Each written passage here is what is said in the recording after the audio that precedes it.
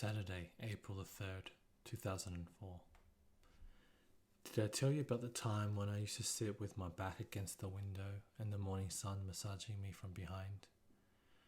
I used to sit curled up with my icy cold feet tucked inside my trouser leg, and I used to read. Read fiction. I would be in a different world. I would stop every now and close my eyes, imagining myself at the scene of the story like a bystander in its tale. Sometimes when the story got intimate and private, I would imagine myself as the hero and you were the heroine. We would be together till the end because that was the way the story went. I wanted to make love like they did. When things got a bit boring and I felt that my capacity to feel had diminished, I would read an old favorite. It would make me cry every time. And after I had cried it all out, I would wish that I could cry like that about you in real life. I haven't read for pleasure or for pain in a long time. Where I live, the sun no longer shines through the window, let alone shine on my back. It would be so easy just to let everything slide, to accomplish nothing in life by feasting on what was tasted in my childhood. But what if deep down you know you must do something great? Perhaps this is the last time I shall live this life. Maybe I can move on after this one. There's always that hope. Thursday, October 13th, 2011. A beautiful woman does not know she is beautiful. That is what makes them so rare. A pretty girl that turns into a drop-dead gorgeous woman would be given enough attention and compliments throughout the course of her early life that will give her enough confidence to believe in her own good looks. Essentially, she would have an ego. Egos are not beautiful. The most beautiful girls are the ones who are ugly ducklings that turned into swans. I call this the duckling phenomenon. The only way to solve man-made problems is to either eradicate man or wait for man to evolve into intellectual beings. In the 21st century, we are faced with some new and some of the same challenges our ancestors faced as primates. The difference is our intelligence. However, the majority of man are still governed by our genetics and instincts rather than our powerful brain, which is in itself represents our potential, which have not yet reached.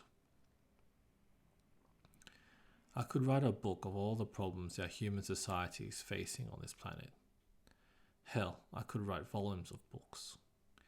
But instead of listing and articulating all these problems, let's just mention a few of the main ones and their causes that would drive us to extinction.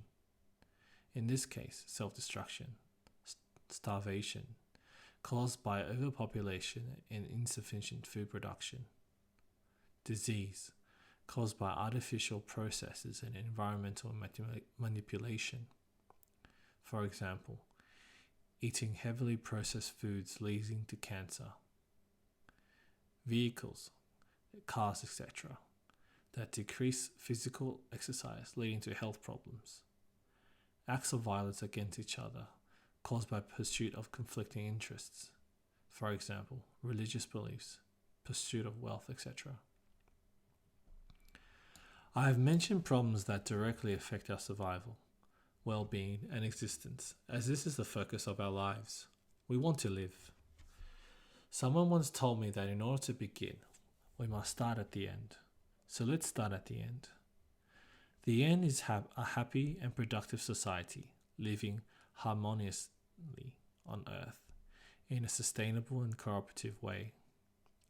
Mankind must evolve and keep evolving for as long as the sun shall shine. We must not come to a premature conclusion before our time is up.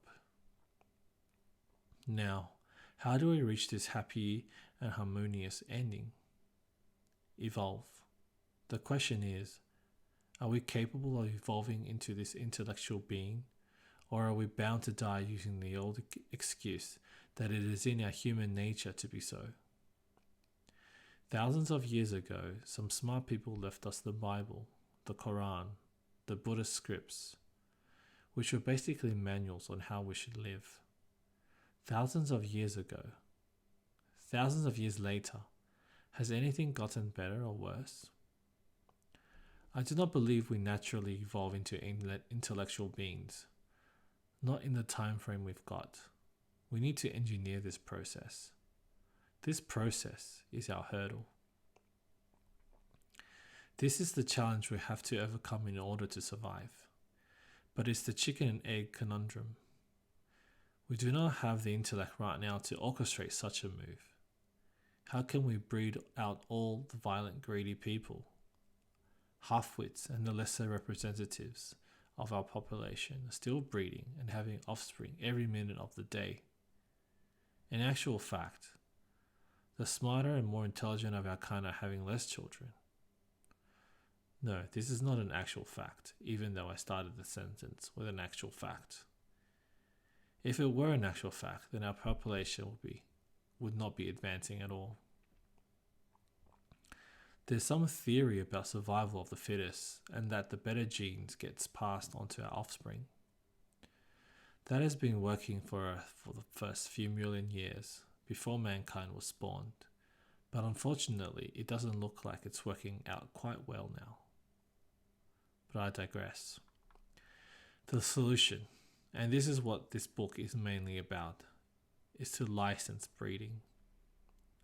I can hear the human liberty and human rights activists already outraged at this suggestion, condemning it as an insult to our most basic human rights, the right to have offspring and to populate future generations.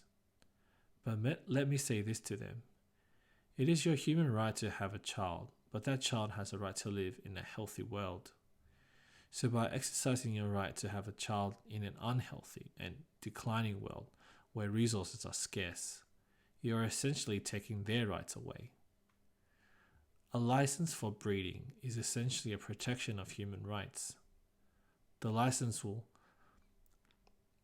try to prevent children born into poverty and in disadvantaged environments. Who can provide an unselfish reason to have kids? I challenge anybody to come up with a valid, unselfish reason to have children. The single valid, unselfish reason we have kids is to support our future society, and even that reason is slightly selfish. But however selfish it is also essentially for the end, our happy and harmonious existence. Now back to the engineering part. First, we need to license to breed. The license is not difficult to obtain, and any responsible mother or father to be will support the idea. Would you let anyone without a license to drive a car on the public roads? It is a widely accepted fact of society that we need a license to drive on public roads. The same logic applies to having children. Allowing just anybody to have kids is not only endangering the lives of society to which this child is born, but also the child itself. Now, I'm not talking about an immediate threat to life itself, but a gradual and eventual danger that will end badly for us. I know a complete step change is not possible for us human beings, as it is in our nature to leave things to the last minute, to only act when the times are dire. But let this article be some food for thought.